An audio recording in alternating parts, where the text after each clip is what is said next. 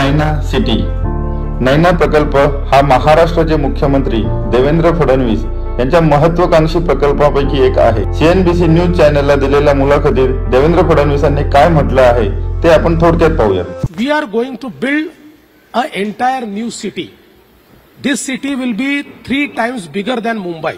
The Naina city? Yeah, Naina. This will be 3 times bigger than Mumbai. And mostly it will be a thematic city. Now we have to create a new business magnet in and around this new airport, which is this Naina city. Devendra Fadnavis म्हणतात, नैना शहर मुंबईपेक्षा 3 पटीने मोठे असणार आहे। तसेच मुंबईनंतर देशातील सर्वात मोठे आर्थिक केंद्र या शहराच्या माध्यमातून तयार केले जाणार आहे। मागील 4 महिन्यांपूर्वी देशाचे पंतप्रधान नरेंद्र मोदी यांच्या हस्ते 2500 कोटींच्या विकास कामांचे उद्घाटन सुद्धा झालेले आहे। देशातील 2 नंबरचे सर्वात मोठे विमानतळ लोकनेते DB पाटील इंटरनॅशनल एअरपोर्ट पासून जवळच नैना शहर बनवलं जाणार आहे। नैना शहराचे नियोजन करण्याची जबाबदारी सिडको म्हणजे city and industrial development corporation या ऑथॉरिटीकडे देण्यात आली आहे। नैना शहर हे highway, airways, railway, metro, waterways अशा अनेक मार्गांद्वारे मुंबई व आजूबाजूच्या शहरांशी जोडलं जाणार आहे। दुबई, सिंगापूर अशा जागतिक दर्जाच्या शहरांप्रमाणे हे शहर बनेल यात शंकाच नाही। रोड, ब्रिजेस, अंडरपास अशा प्रकारे डिझाईन केले जाणार आहेत की ही एक सिग्नललेस सिटी असणार आहे। लॉजिस्टिक्ससाठी JNPT हे महत्त्वाचं बंदर सुद्धा या शहरापासून जवळ असणार आहे। नैना शहर मुंबई नंतर देशातील सर्वात मोठं वाणिज्य केंद्र असणार आहे। नवी मुंबई विमानतळ शेजारी असल्यामुळे या शहराचं नाव सुद्धा नैना म्हणजे Navi Mumbai airport influenced notified area असं ठेवण्यात आलं आहे। हे शहर बनवण्याची घोषणा 2013 साली करण्यात आली। सुरुवातीला नैना प्रकल्पामध्ये रायगड जिल्ह्यातील पेण, पनवेल, उरण, खालापूर तालुक्यातील व ठाणे जिल्ह्यातील काही गावे मिळून 270 गावांचा समावेश होता। नंतर या प्रकल्पामधून 175 गावे वगळण्यात आली। आता मात्र नैनाकडे पनवेल तालुक्यातील फक्त 94 गावे शिल्लक आहेत। या 94 गावांपैकी 45 गावांसाठी 12 TPS स्कीम म्हणजे टाउन प्लॅनिंग स्कीम तयार करण्यात आल्या आहेत। त्यापैकी 1 ते 7 टाउन प्लॅनिंग स्कीमला शासनाची मंजुरी मिळाली आहे। ही एक लँड पुलिंग स्कीम आहे। शेतकऱ्यांची 100% जागा घेऊन त्याचं प्लॉटिंग केलं जाणार आहे। प्रत्येक प्लॉटला रस्ता, drainage, electric line, water line connect केलं जाणार आहे। 100% जागा घेऊन 40%चा विकसित भूखंड शेतकऱ्यांना परत दिला जाणार आहे।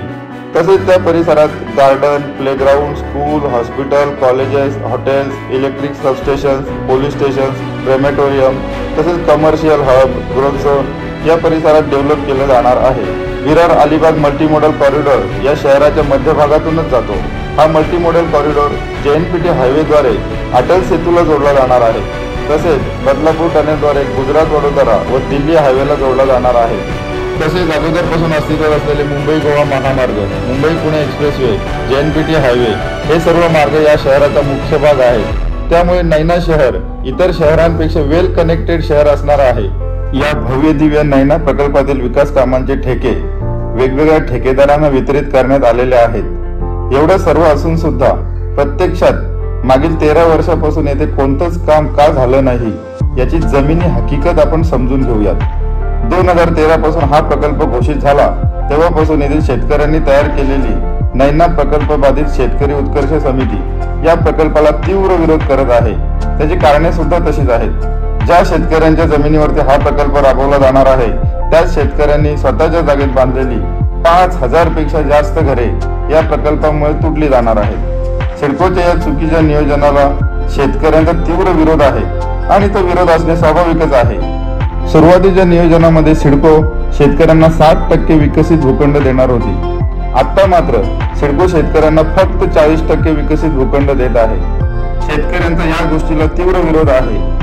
1970 साली सिडकोने नवी मुंबई शहर तयार करण्यासाठी 95 गावांच्या जमिनी घेतल्या। त्या गावांची सध्या काय अवस्था आहे? तेथील ग्रामस्थांना साधी पार्किंगची सुद्धा व्यवस्था सिडकोने करून दिली नाही।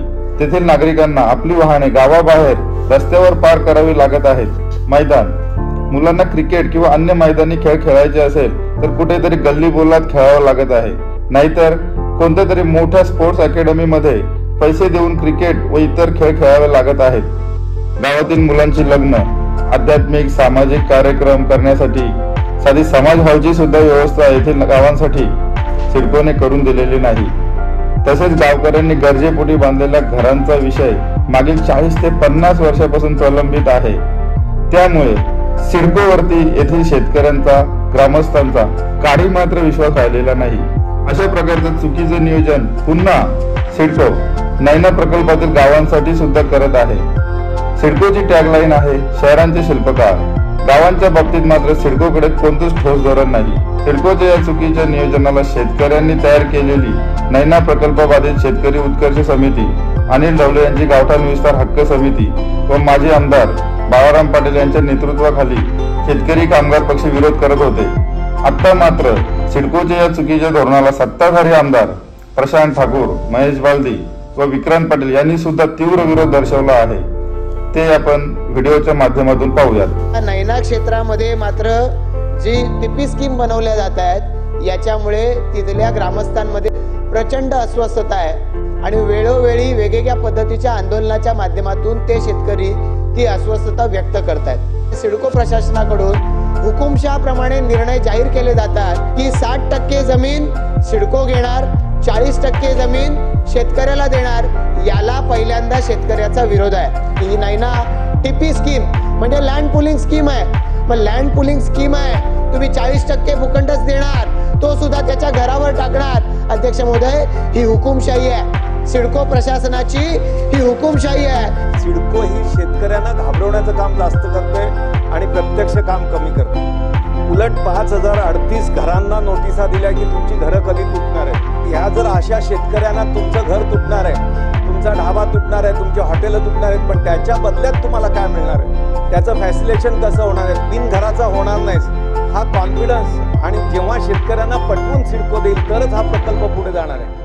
सभापती महोदय, 2013ला सिडकोला ही जबाबदारी दिली गेली, पण सभापती महोदय त्यानंतर 12 वर्षाचा कालावधी उलटलेला आहे, पण या 12 वर्षामध्ये सिडको कोणतीही ठोस कामगिरी या विषयात करू शकलेली नाहीये।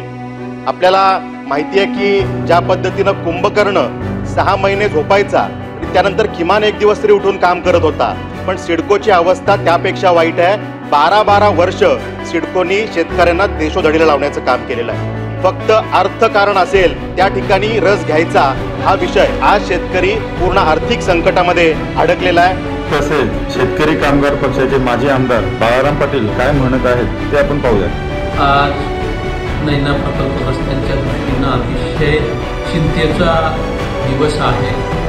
शेतकऱ्याची जमीन, शेतकऱ्याची इच्छा असो वा नसो, सरकार या ठिकाणी 60% ताब्यात घेणार आणि शेतकऱ्याला जे 40%चा भूखंड देण्याचं काम करतायत, त्याच्यामध्ये त्यांची 60-70 वर्ष जुनी घरं त्याच भूखंडाच्या त्याच्यावरच तो भूखंड टाकला जातोय। गावाच्या विकासाचा कुठलाही विचार नाही, केवळ या ठिकाणी पैसे कमवण्याच्या दृष्टीनं शेतकऱ्याची जमीन हडपायची। खरं तर त्या गावाला काय पाहिजे, त्या शेतकऱ्याला काय पाहिजे, हा कुठलाही विचार याच्या पाठी नाही। भांडवलशाहीचं सरकारी रूप असं नैनाच्या बाबतीत आपल्याला त्याचं वर्णन करता येईल। आम्ही मंडळी प्राणपणानं या प्रकल्पाला विरोध करू आणि हा प्रकल्प होऊ देणार नाही। विकासाला विरोध नाही, पण शेतकऱ्यांचा न्याय हिस्सा त्यांना देऊन विकास करावा हीच आमची त्याच्या पाठीची धारणा आहे। तसेच नैना प्रकल्पाविरोधात शेतकऱ्यांच्या 10 याचिका उच्च न्यायालयात दाखल झाल्या आहेत। सिडकोने शेतकऱ्यांचा तीव्र विरोध लक्षात घेऊन नैना प्रकल्पामध्ये धोरणात्मक बदल केले नाहीत तर येथील शेतकरी हा प्रकल्प होऊ देणार नाहीत, एवढं मात्र नक्की।